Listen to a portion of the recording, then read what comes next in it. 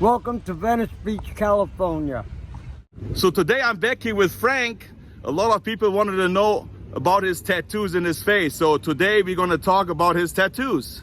So Frank, a lot of people ask me about your tattoos in your face. The one flag, people said that's the North Korean flag. Is that the North Korean flag? No, Costa Rica. It's Costa Rica. Yeah. My last name is Costa. I didn't understand that. Sorry. My last name, Costa, C-O-S-T-A. Okay. Same as the name of the island. Okay. And what made you get a tattoo in the face? To help all the nerve damage that I had and ingrown hair problem. And it helped, it cleared it up. It opened up by getting the tattoos along the state lines. It helped get all the things back flowing the way they're supposed to in the face. How long ago did you get your first tattoo in the face? I've been about 9 years now, 8-9 years. So you haven't been working then, right? So you don't. No, I wasn't working. I have a problem with the sunlight. Okay. I have photosensitive eyes, and it could cause me to have blackouts that would last sometimes as much as 3 days. Okay. Where I would be walking around doing things but not really aware of it, sort of like if I was in a dream.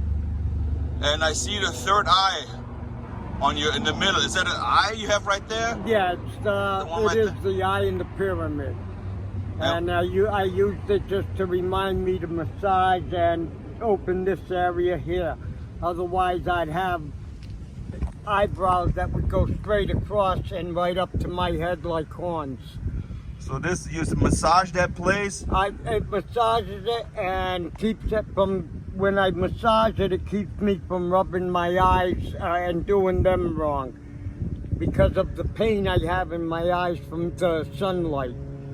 And the tattoos have helped open everything up and clean them out and help me keep them cleared out. Okay. Otherwise, the hairs will grow straight down the eyelid.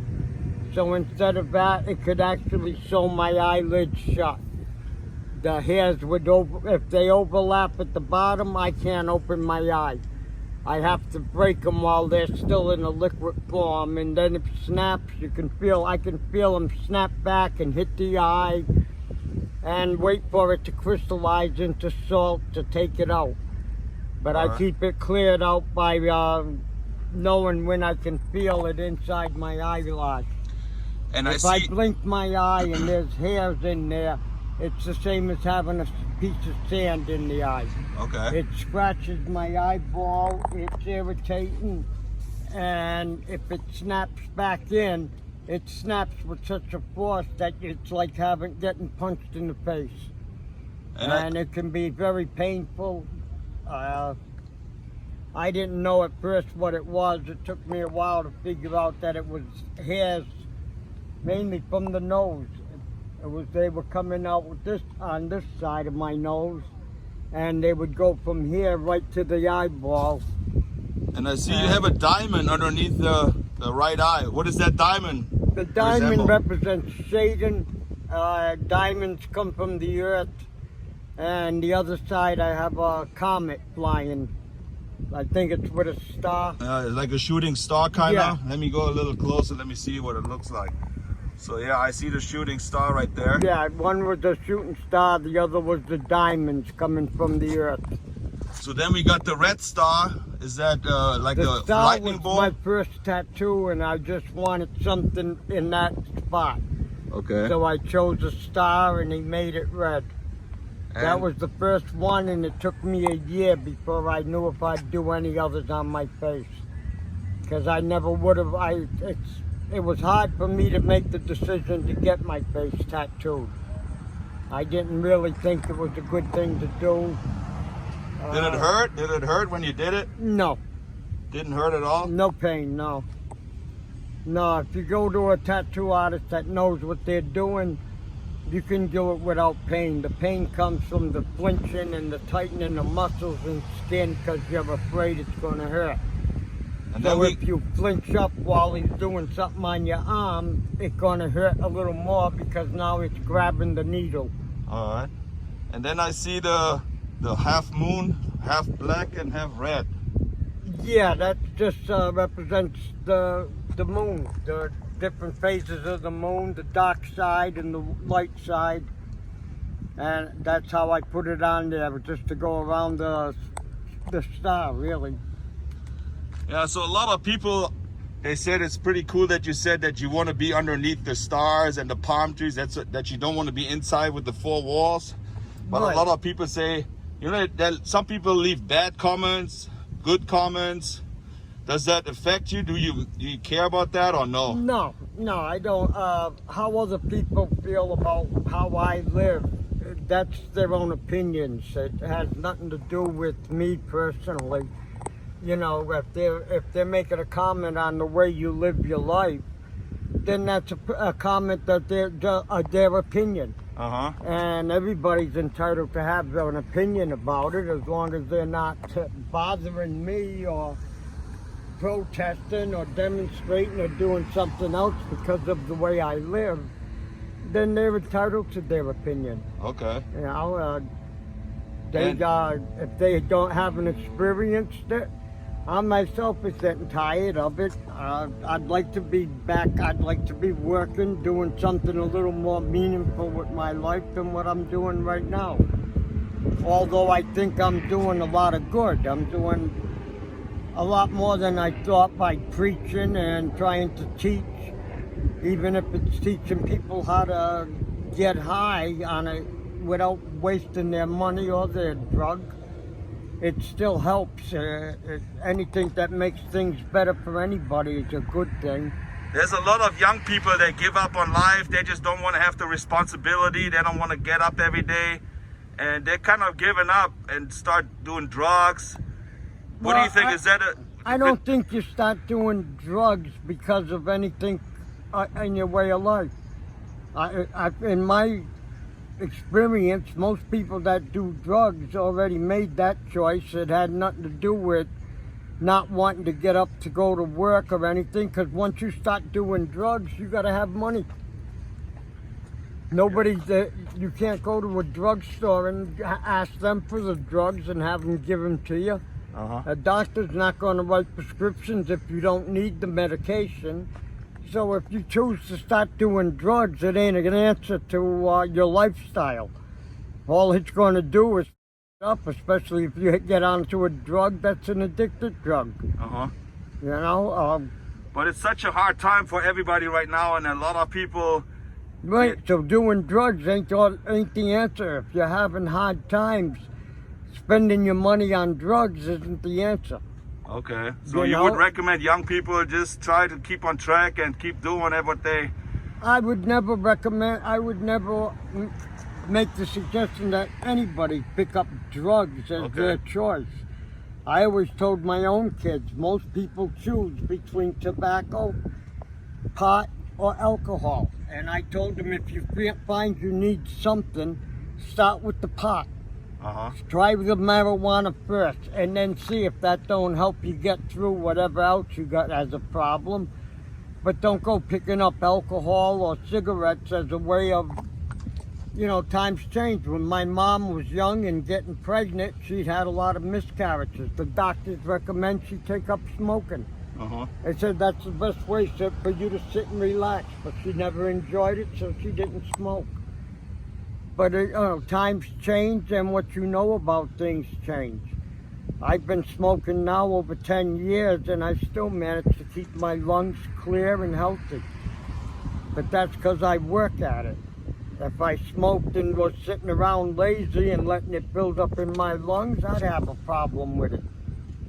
But I see you walking around a lot on the beach. I see you walking up and down the boardwalk. Yeah. I love walking, always have loved walking.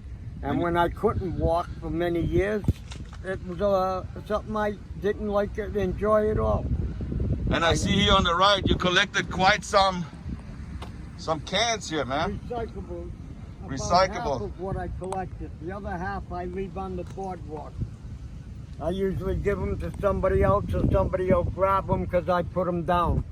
Okay. And if I do that, you know, unless they know they're taking them from me, they're not doing anything wrong. They don't know the difference between a bag full of plastic and aluminum that I put down than anybody else. There's no name on it. Unless they see you doing it and go after it, then they're stealing from you. And what I want to ask you is too, we had a heat wave here lately, so it's actually nice to sleep outside at night. But I see you don't really have the best tent here, and no, I got a canopy, and that's more than I usually would have. Yeah, but the raining season is coming up right now. You know, it's going to get. I'll be able to fix this against the rain if I'm here. And I mean, all this is going to get soaking wet. You know, isn't? Right. I mean that's something we've been dealing with now for 10 years. I've been going through it. So you just. No, you cross the bridge when it comes, right? Or you cross the, what does that say? Right, because I might not be here today. I might go down to the beach and another opportunity come up and I may never come back here again. I don't know. Uh-huh. I don't know what each day's going to bring. It's all a mystery until it happens. You know, nobody reads the future. There's predictions made and those things have turned out. Everybody who follows any of the writings of Notre Dame is expecting a second coming, have seen all of the signs lead right here to Venice. And the Navajo or all kinds of other prophecies have picked this spot right here for what's going to happen and that everybody was waiting for with the lineup of the planets in 2016. You know, everything pointed to this time, this spot, and this is where it's happening. And, you know, I didn't like it myself. I tried for years not to have anybody find out until I finally started telling them myself and saying, you know, if I'm wrong, good. Show me where I'm wrong. Show me that my DNA isn't part of what's in a tree or other animals. Show me where I don't own property. Show me that I don't own the things I said I do or have an interest in. Businesses on the boardwalk, houses here in Venice. I know that my son used his name over mine, had the power of attorney from his mother. Got it when I sent her out here. I didn't know these things for quite a while. As I got more information. Hold on 1 second.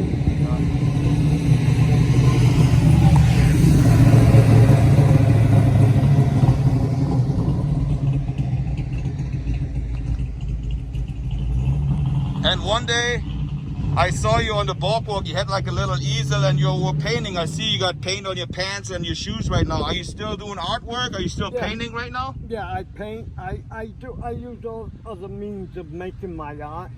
I'm burning this wood a bit, making sure that the flames don't, the heat don't go through it by throwing pennies and other stuff on the fire.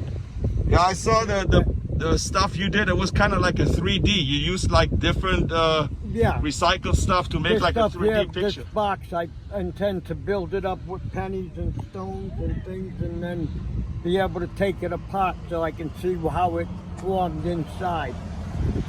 See if it makes like a city, the way I stack the pennies in different levels and stuff across them to like so it'd represent a cave-in or the yeah, you could do that. Arizona. If you get like a few pieces, you can just go on the boardwalk and try to sell them right there. You ever thought about that? I've tried. I never had any luck selling on the boardwalk. So I sold jewelry for other people. I took care of their stands for them, but I never had any luck selling anything of my own, so I don't even bother. Yeah. Most of it I don't think is any good. Well, you never know. Art, you know, we can't really tell art is good or not. Some people, they pay thousands and thousands of dollars for some Pollock Oh, yeah, artwork, you know, it's like just blood, not blood splatter, paint splatter. I enjoy going and see what other artists have done. Yeah. You know, I get ideas from it, or I really just enjoy it more than creating it. Sometimes when I'm doing something, I'll get right into it and love it all the time I'm doing it. But being able to sell it or find somebody else who I did sell one painting when I was in a restaurant. I sold it for $10, and it was a small one. There's just a car just passed by and they offer free water to everybody. I think that's really kind. Yes, it is good. You want me to grab you some for you, Yeah, or you go grab it yourself? Yeah, so I can get up and stop moving. I've been laying down all day. All right.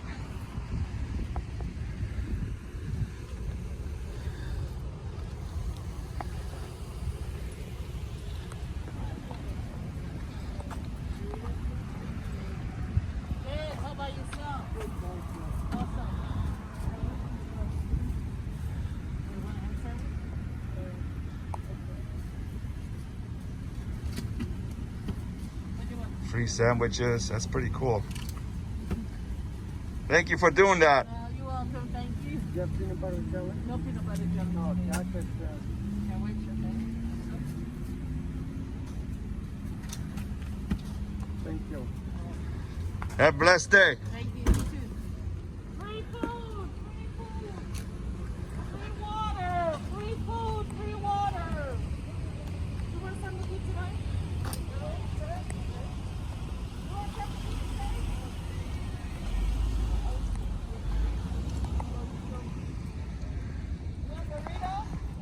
I mean, that's pretty good that people come by and support you guys. Yeah, and there's churches that'll come by, church groups, all kinds of groups that help out. But that's... And you also got a little security riding by here. Yeah, that's safety, like down on the boardwalk. The safety team. Yeah, I would imagine it's, a lot of them, they supposedly get paid and all that, but it's not as much as you're paying the police, especially for overtime and everything else. So it keeps a good patrol in an area that they think needs patrolling. And to have the safe team out there is pretty good. So I just had to slide over. I wanted to show that they actually give out free food. And Yeah. time is actually up. I don't want to make the video too long. I just wanted to respond to what All right, people Mike. asked me to do. I appreciate it. Thank you. I appreciate you talking to us, man. A lot of people would never know how you guys feel and what your thoughts is of being homeless. All right. Thank you. So I appreciate it and enjoy your food. And I see you out on the boardwalk, you know. All right. You know where I am. I Yeah, appreciate do. it. I'll be by. I'll stop by whenever I'm over there. I'll let you know I'm out there. All right, man. Take care, Frank. All right, Mike. Bye. One love. Well, my friends, that was it from Venice Beach, California, right here on Hampton Drive in front of the Ghost Gym. He's enjoying his sandwich. If you have any questions you want me to ask Frank, or just put it in the comments below. If you like the video, give me a thumbs up, push the notification bell, and subscribe to my channel. Bye-bye. Tschüssing.